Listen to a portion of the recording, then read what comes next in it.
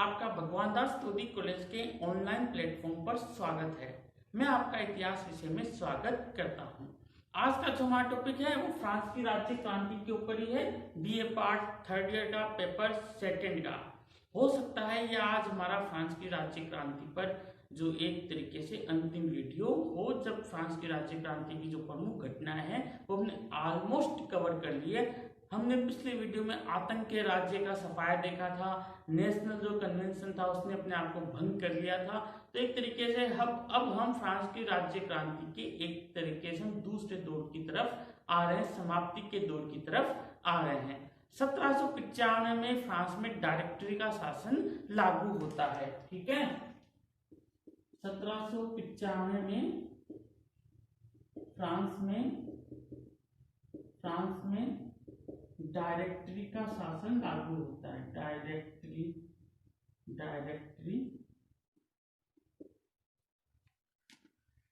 का शासन लागू होता है। 5 डायरेक्टर बनाए जाते हैं। 5 डायरेक्टरों के अधीन या निदेशक मंडल के अधीन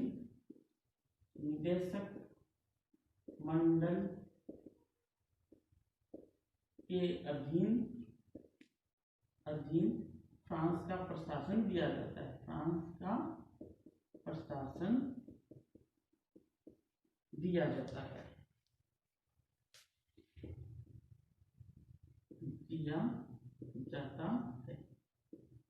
ये 5 जो डायरेक्टर थे वो एक तो थे लेपो, यूबोल, सीएच,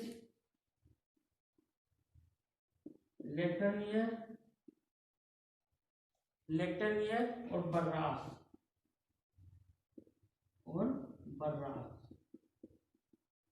ठीक है, 5 हो गए, 1 2 3 4 5। सीएच जो था वो किन्हीं कारणों से इस्तीफा दे देते हैं। उनकी जगह कानों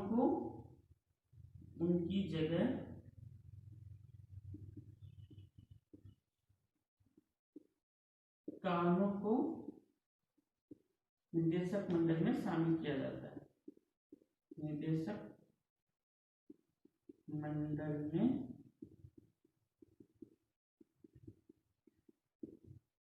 शामिल किया जाता है। उसकी जगह कानों को निदेशक मंडल में शामिल किया जाता है। इनका बमुश्किल 4 साल का शासन होता है, 95 से लेकर 1799 तक। ठीक है, फ्रांस में डायरेक्टरी का शासन 1795 टू 1799 तक का होता है। इस शासन के दौरान भ्रष्टाचार के नए नए मापदंड स्थापित किए जाते हैं। मतलब भ्रष्टाचार, अराजकता का वापस से दौर चालू हो जाता है।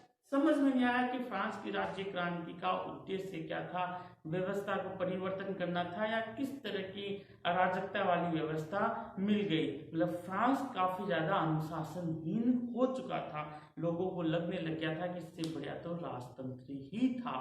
फ्रांस बाद में राजतंत्र की तरफ लौटता भी है, वो हम बाद में पढ़ेंगे। इसमें जो इनका डायरेक्टरी का जो शासन था, डायरेक्टरी का शासन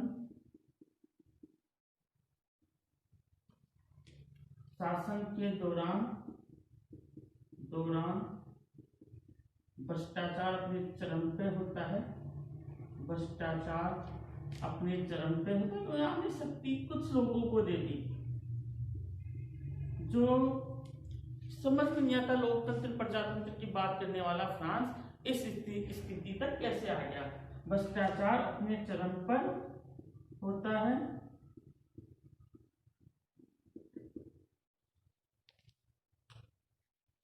अराजकता का दौर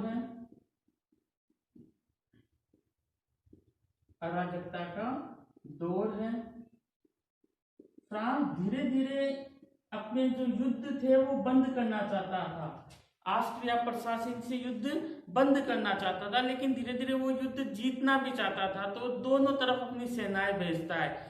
एक तो सेना भेजता है जो राइन नदी होते हुए पहुंचेगी ऑस्ट्रिया, और दूसरी थी आल्प्स पर्वत के होते हुए ऑस्ट्रिया पहुंचने की उनकी योजना थी। लेकिन जो आल्प्स पर्वत की जो सेना का जो नेतृत्व थे वो नेपोलियन कर रहे थे, और नेपोलियन ने आल्प्स पर्वत को पार करके इटली के जो दुर्ग थे वो सारे के सारे जीत लिए थे। मतलब एक ऐसी सफलता नेपोलियन ने प्राप्त की थी जो लुई 13वां भी काफी प्रयासों के बाद में फ्रांस की जो प्राकृतिक सीमाएं थी राइन नदी तक वो प्राप्त नहीं कर पाया था। तो नेपोलियन की जो सफलताएं थी वो अपने आप में चौंकाने वाली सफलताएं थी।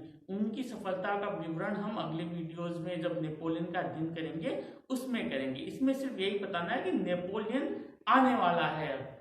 नेपोलियन की जो सत्ता आने वाली थी इससे डायरेक्टरी के शासन वाले भी परेशान हो रहे थे।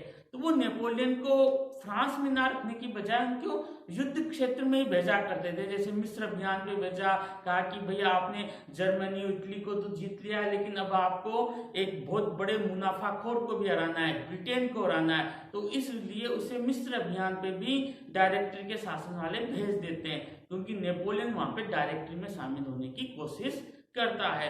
तो नेपोलियन की महत्वाकांक्षाओं को वो लोग भाप गए थे, तो नेपोलियन को फ्रांस से दूर वो करना चाहते थे। ये तो क्या बात। इस दौरान जो डायरेक्टरी का जो शासन चल रहा था उस दौरान एक विद्रोह भी होता है। वो विद्रोह अपने आप में साम्यवाद की नींव है, बेवकूफवाद। उसके बारे में अध्ययन करेंगे। पहले आप इसका स्क्रीनशॉट लीजिए।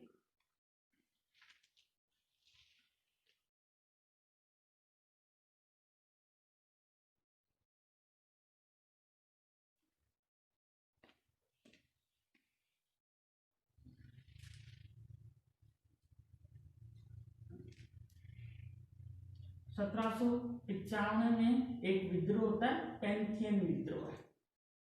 इसमें एक व्यक्ति है बेरबुक, वो एक अखबार निकालते ट्रिब्यून, उसमें पूंजीवाद के खिलाफ अपने विचार पेश करते हैं। पूंजीवादी व्यवस्था की जो अराजकता है इस वक्त फ्रांस में, उसके बारे में अपने विचार पेश करते हैं। 1795 में पैंथियन विद्रोह होता है। पैंथियन विद्रोह, इसको जो करने वाले थे वो थे बेरबुक, उसको करने वाले थे बेरबुक। बेरबुक जो थे वो एक अखबार निकालते थे। बेरबुक एक अखबार निकालते थे, उस अखबार का नाम था ट्रिब्यून। क्या नाम था? ट्रिब्यून। उसमें उन्होंने पूंजीवाद, फ्रांस में जो पूंजीवाद चल रहा था उसके ऊपर अपने कठोर विचार व्यक्त किए थे। ट्रिब्यून अखबार में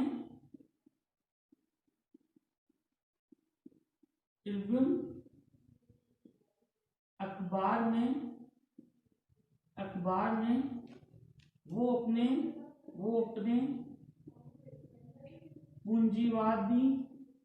पूंजीवादी व्यवस्था के खिलाफ मुखर रूप से लिखते थे। और एक विद्रोह की, बहुत बड़े विद्रोह की योजना थी बेरबुक की, लेकिन इस विद्रोह का भंडाफोड़ डायरेक्टरी के शासन के सदस्यों के सामने हो जाता है और वो बेरबुक को विद्रोह करने से पहले ही गिरफ्तार करके फांसी की सजा दे देते हैं। इस वक्त बेरबुक ने एक बात कही थी कि आप मुझे मार रहे हो लेकिन दुनिया में बेरबुकवाद जिंदा रहेगा। उसके बाद में जो बेरबुकवाद से इटली का जो कार्बोनेरी आंदोलन था उसने प्रेरणा ली थी, और फिर बाद में जो आधुनिक साम्यवाद आया, कार्ल मार्क्स का जो दौर आया, उसने भी बेरबुकवाद से काफी ज्यादा प्रेरणा ली थी। तो बेरबुक एक तरीके से साम्यवाद की नींव थी। ठीक है, इसने पूंजीवादी व्यवस्था के खिलाफ लिखना शुरू किया था। बेवकूफ मर सकता है लेकिन बेवकूफवाद जिंदा रहेगा। गांधी जी के बारे में भी लोग बोलते हैं कि भाई गांधी मर सकता है लेकिन गांधीवाद जिंदा रहेगा। तो ये बेवकूफ से ही ये बात ली गई थी, क्योंकि ये बात 1795 की थी। बेवकूफ मर सकता है लेकिन बेवकूफवाद जिंदा रहेगा। बेवकूफवाद जिंदा रहेगा, ठीक है। इस तरह का बेवकूफ का हुआ था। और बेवकूफ से प्रेरणा किसने ली? बेवकूफवाद से इटली का जो कार्बोनरी आंदोलन था, उसने इटली का कार्बोनरी आंदोलन ने ली। और आधुनिक साम्यवाद ने भी इससे प्रेरणा ली। आधुनिक साम्यवाद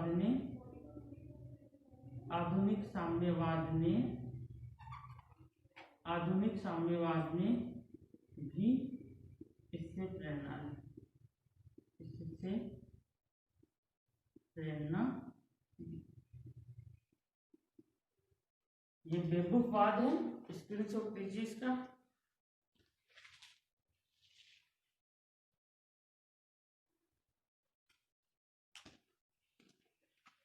इस तरह से आते आते 1799 में फ्रांस की राज्य क्रांति का अंत होता है। ठीक है, अब नेपोलियन का दौर आएगा। नेपोलियन का अलग से दौर है तो फ्रांस की क्रांति के अंदर ही, लेकिन अलग से है। उसमें कौन सा शासन आएगा, फिर राजतंत्र के रूप में आएगा। तो नेपोलियन का दौर भी अपने आप में बहुत ज्यादा गौरवशाली है। अब हम देखेंगे कि जो क्रांति काल में जो व्यक्तित्व हुए थे उनके बारे में थोड़ा सा हम जानकारी प्राप्त करेंगे। क्रांतिकालीन व्यक्तित्व,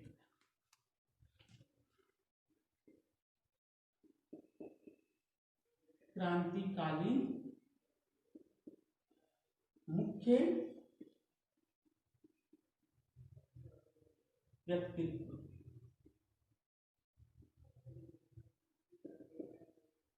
क्रांतिकालीन मुख्य व्यक्तित्व, इसमें पहला है मिराबो।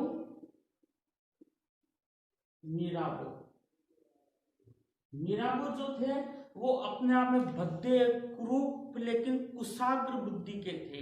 ये कुलीन परिवार से बिलोंग करते थे, लेकिन फिर भी विशेषाधिकारहीन वर्ग की तरफ ये आए। ये जब चुनाव हो रहे थे स्टेट्स जनरल के 1789 में, तो उन्होंने कहा मैं एक पागल कुत्ता हूं, मुझे चुनो तुम लोग। ये पागल कुत्ता स्टेट्स जनरल में जाएगा तो निरंकुशता को काट खाएगा। तो इस तरह की वो बातें करता था। इसके ऊपर काफी ज्यादा कर्ज था। ये कर्ज को चुकाने के लिए वो राजा से बहुत बड़ी धनराशि भी प्राप्त करता है और ये धनराशि को वो सार्वजनिक कर लेता है। इसकी वजह से उसकी काफी आलोचना भी होती है कि भाई उसने राजा से एक तरीके से धनराशि ली। तो उसकी आलोचना होती थी, वो इस पे कोई ध्यान नहीं देता था। उसने जो धार्मिक कर था उसको समाप्त करने में बहुत बड़ी भूमिका स्टेट्स जनरल में निभाई थी। तो मिराबो अपने आप में एक बहुत बड़ा व्यक्तित्व था। जैकोबिनो के प्रारंभिक दौर में वो उनके साथ था, लेकिन धीरे धीरे देखा कि जैकोबिनो की जो व्यवस्था है, जैकोबिनो के जो विचार है, वो उग्र गणतंत्र की तरफ है, जबकि मिराबो राजतंत्र चाहता था। वो उदार राजतंत्र के पक्ष में था। वो एक अंतिम ऐसा व्यक्ति था जो राजतंत्र की आशा जिसके ऊपर टिकी हुई थी। तो जैकोबिन जल्द से भी वो इस्तीफा दे देता है। आप किसी की महानता का आप जानना चाहते हो कि ये व्यक्ति कितना महान है, तो आप उसकी मृत्यु को देखिए। जब मिराबो की मृत्यु होती है तो जैकोबिन और जो राजतंत्र समर्थक लोग सड़कों पे आ जाते हैं। उसकी मृत्यु जो अंतिम यात्रा होती है उससे पता लगता है कि मिराबो कितना बड़ा व्यक्तित्व फ्रांस की क्रांति में था। कहते हैं कि उसने फ्रांस की क्रांति का जो पेड़ था उसको अपने आप खुद ही हिला दिया, लेकिन उसकी जड़ों को पकड़े रखा। इस तरह का व्यक्तित्व मिराबो फ्रांस की क्रांति में था। तो ये मिराबो के बारे में है। दूसरा व्यक्तित्व था दांते। दांते एक गरीब किसान परिवार से बिलोंग करता था, ठीक है, गरीब और किसान परिवार से बिलोंग करता था। ये मारा के साथ कार्डेलियर क्लब की इसने स्थापना की थी, ठीक है। मिराबो के बारे में हम थोड़ी सी वो जानकारी लिख देते हैं।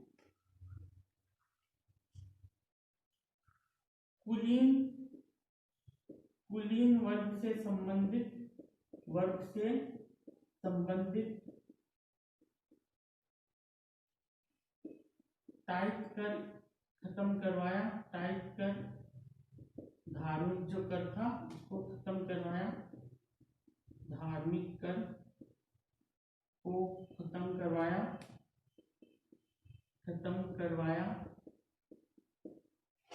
जैकोबिन दल से इस्तीफा दिया, जैकोबिन दल से इस्तीफा दिया, विचार नहीं मिलने पर इस्तीफा दिया, विचार नहीं मिलने पर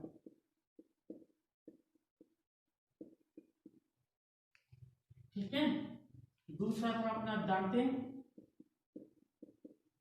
ये गरीब किसान परिवार का था। इसने मारा के साथ मिलकर कार्डेलियर क्लब की स्थापना की थी, कार्डेलियर क्लब की स्थापना की। जो निम्न वर्ग के लोग थे, जो उग्र प्रजातंत्र के समर्थक थे, ठीक है, निम्न वर्ग से संबंधित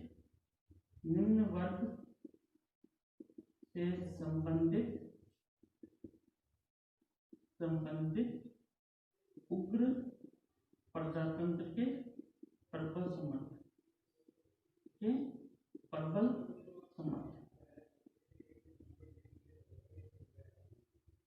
ठीक है। ये दांते के बारे में था। एक था लफायत। दांते के बारे में आपको बताया गया था वीडियो में। इन्होंने फ्रांस में आतंक का राज्य कायम किया था, फ्रांस में आतंक के राज्य के निर्माता, आतंक के राज्य के निर्माता, लफायत 1781 में कॉर्नवालिस को हराया था, कॉर्नवालिस को हराया, अमेरिका को स्वतंत्र कराया, अमेरिका को स्वतंत्र कराया, अमेरिका को स्वतंत्र इन्होंने कराया था।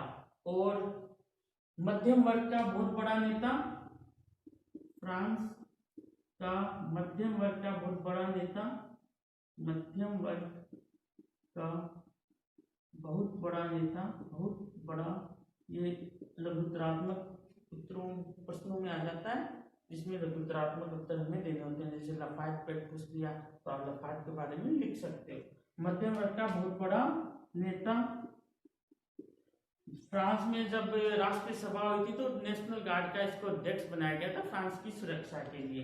नेशनल गार्ड का अध्यक्ष था TON, नेशनल गार्ड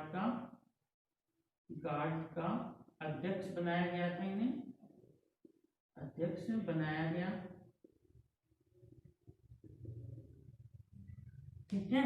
और तथ्य इनके ऊपर आरोप लगा था, इन्होंने लुई सोल्वे को भगाने में मदद की थी, लुई सोल्वे को भगाने में मदद की थी, लुई सोल्वे को भगाने में मदद या सहायता,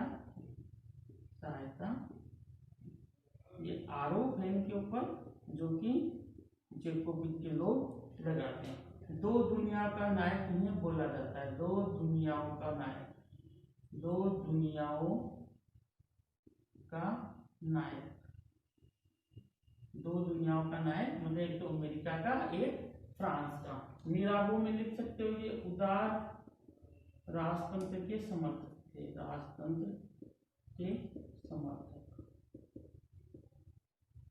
ठीक है। स्क्रीनशॉट लीजिए आप इसका।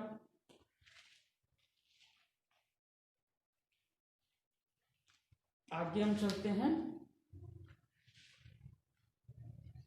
और जो व्यक्तित्व है वो देख लेते हैं।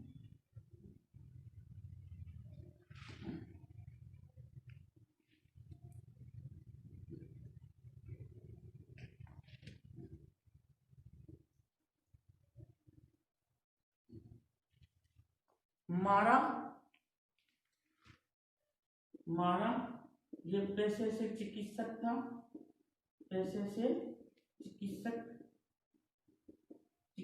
था। सितंबर हत्याकांड का मुख्य कर्ता-धर्ता, सितंबर हत्याकांड का सूत्रधार था, हत्याकांड का सूत्रधार। जीरोदिस की एक युवती थी जिसने 13 जुलाई 1794 में बाथरूम में घुस के इसकी हत्या कर दी थी। ठीक है। एक था रॉब्सपियर, ये न्यायाधीश था, फौजदारी फौजदारी का न्यायाधीश था, न्यायाधीश। इसने अपराधियों को मृत्युदंड न देने की वजह से इस्तीफा दे दिया था। ये नैतिकता की बहुत ज्यादा बातें करता था, नैतिकता और सदाचार की ये बातें करता था, नैतिकता तथा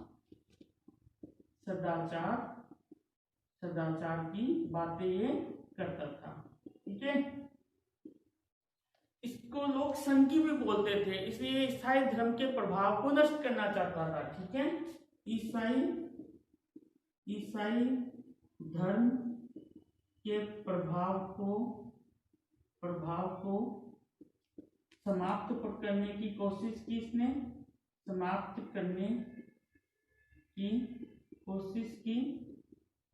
कोशिश की। इसमें क्या किया इसने, जो ऋतुओं के नाम पर उसने कैलेंडर जारी किए और जो विशुद्ध तर्क की पूजा पर ये बल देता था, विशुद्ध तर्क की पूजा पर इसने बल दिया, विशुद्ध तर्क की पूजा पर बल दिया।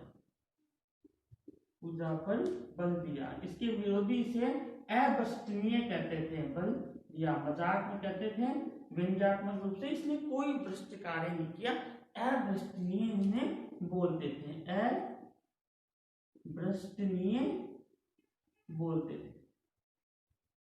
अभ्रष्टनीय इन्हें बोला जाता था रॉब्सपियर को।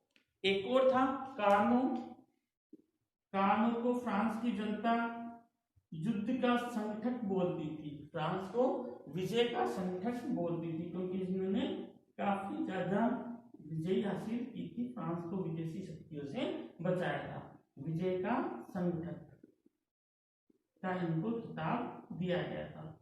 तो ये फ्रांस के मुख्य क्रांतिकालीन दौर के जो व्यक्तित्व थे वो थे। धन्यवाद।